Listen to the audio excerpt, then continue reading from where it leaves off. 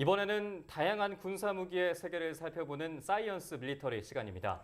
네, 한국국방안보포럼의 양욱 선임연구위원과 함께 이야기 나눠보도록 하겠습니다. 안녕하세요. 네, 안녕하십니까. 네, 오늘은 또 어떤 무기에 대해서 알아볼까요? 예, 얼마 전에 북한의 무인기가 발견이 돼서 굉장히 국민들이 걱정을 하신 적이 있는데요. 네. 오늘은 이 대한민국 안쪽에 어떠한 무인기들이 있는지 차분차분 한번 알려드리겠습니다. 네. 네. 그 무인기에 대해서 이제 기사가 하도 많이 나왔지만 예, 예. 무인기에 대해서 종류가 한 정찰기, 예, 또 예. 공격기 이렇게 있잖아요. 또 예, 예. 어떠한 종류들이 있는지. 예, 네. 일단은 이제 무인기가 어떤 건지 정의를 해드리면요. 네. 미 국방부에서는 이렇게 정의를 하고 있습니다. 동력을 갖추고 있고, 하지만 조종사가 탑승하지 않고 네. 항공 역학을 이용해서 기체의 양력을 이용해 가지고 이제 비행을 하고 자율스럽게 또 비행을 하고 원격 조종이 되고, 그다음에 패기도 쉽고 회수도 쉬운 것을 이제 이 무인 항공이라고 합니다. 그래서 사실 이렇게 하다 보면은 미사일도 비슷하지 않습니까? 네. 그러니까 미사일이나 순항 미사일 같은 것들은 여기에 해당하지 않는다고 정의를 하고 있습니다. 그래서 이제 보면은 보통 이제 무게로 구분을 하게 되는데 이 중량이 이제 아주 가벼운 그 마이크로 UAV, 그러니까 네. 그 우리 막 손가락 크기만한 그러한 그 무인기도 있습니다. 네. 그다음에 이번에 이제 그 북한이 떨어뜨렸던 것은 이 소형 이제 UAV가 되는 거고요. 그다음에 중형은 이제 수십 킬로 정도가 되고, 그다음에 그 대형은 한 100킬로급 이상이 되는 것이 있습니다. 근데 더 놀라운 것은 초대형이라고 부르는 UAV가 있는데 글로벌 호크라고 그래서 이제 미국이 그 정찰할 때 쓰는 고고도 정찰기가 있습니다. 네. 얘 같은 경우는 거의 한 6톤 정도에 이르고요. 길이는 날개 길이가 한 40m 정도에 이릅니다. 네. 그만큼 큰 기체가 있습니다. 또 이외에도 고도에 따라서 10km 이하는 저고도 무인기라고 그러고 10km에서 20km 사이는 중고도, 그다음에 20km 이상은 고고도 무인기라고 구분하고 있습니다. 네. 네, 그렇다면 이 무인기의 장단점은 또 무엇이 있을까요? 예, 일단은 무인기는 가장 특징이 사람이 타지 않는다는 것이지 않습니까? 그렇죠. 사람이 타지 않다 보니까 인명이 희생되지 않는다라는 것이 가장 큰 장점이겠습니다. 네. 또한 사람이 타게 되면은 피곤을 많이 느끼지 않습니까? 한 3-4시간밖에 비행을 못 하지만은 이 무인기의 경우에는 심지어 50시간을 혼자 비행하는 그런 무인기도 있습니다. 네. 그리고 또 사람이 안 타기 때문에 사람이 이렇게 숨을 쉬려고 그러면 생존 장비 같은 게 있지 않습니까? 네. 산소통 부족해서 여러 가지 들어가는데 네. 이런 것들이 빠지기 때문에 더 가볍다는 장점이 있습니다.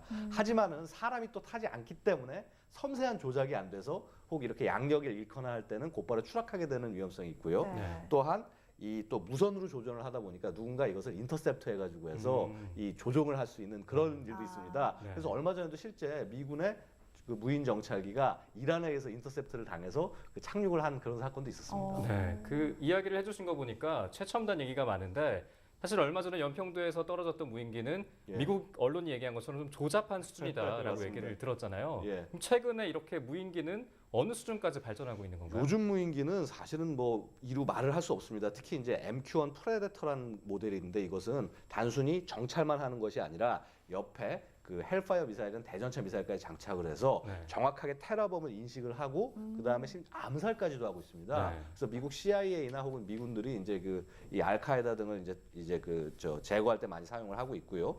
특히 이제 미국의 그 가장 대표적인 것이 아까 말씀드렸던 글로벌 호크입니다. 네. 글로벌 호크는 저희도 지금 2018년까지 도입을 하려고 하고 있는데요.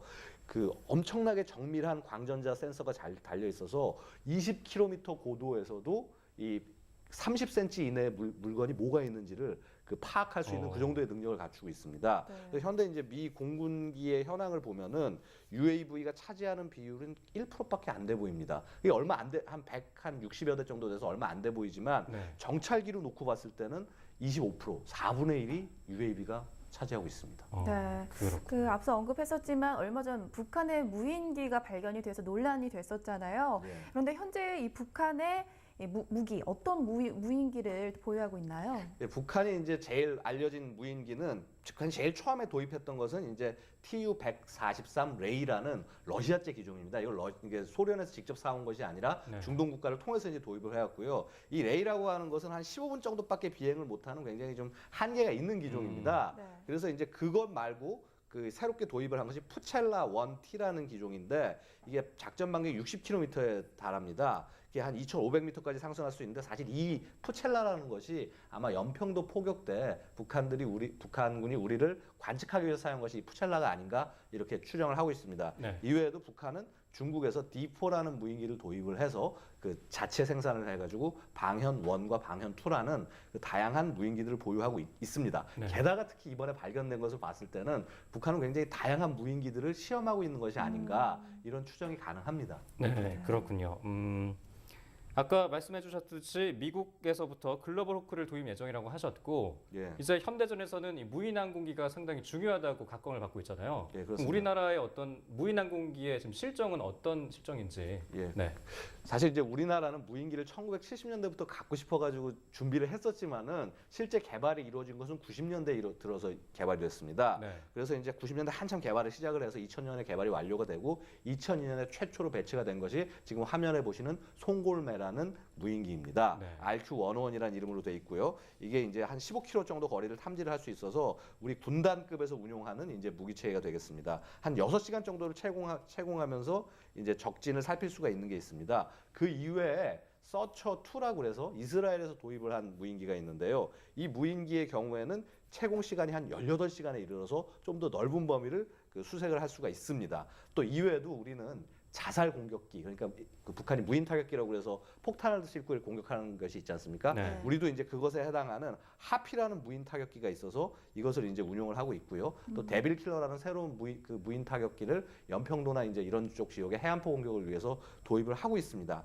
사실 이제 저희 무인기가 좀 더 잘 개발될 수 있었지만은 그동안 개발이 더뎠던 것이 한미 미사일 지침에 의해서 무인기에 탑재할 수 있는 장비의 중량이 500kg로 한정이 됐었습니다. 바로 그런 부분 때문에 활발한 개발이 이루어지지 않았지만 2012년에 한미 미사일 협정이 개정이 되면서 저희가 1.5톤까지 탑재를 할 수 있어서 이제 우리도 글로벌 호크와 같은 굉장히 커다란 무인기를 개발할 수 있게 된 계기가 되었습니다. 네. 예, 보니까 세계 각국이 이제 인명 소실이 없고 그리고 수집한 데이터를 바로 실시간으로 본국에 전송할 수 있는 이 무인기 개발에 집중을 하고 있다는 걸 알게 됐습니다. 네, 오늘 말씀도 고맙습니다. 네, 감사합니다.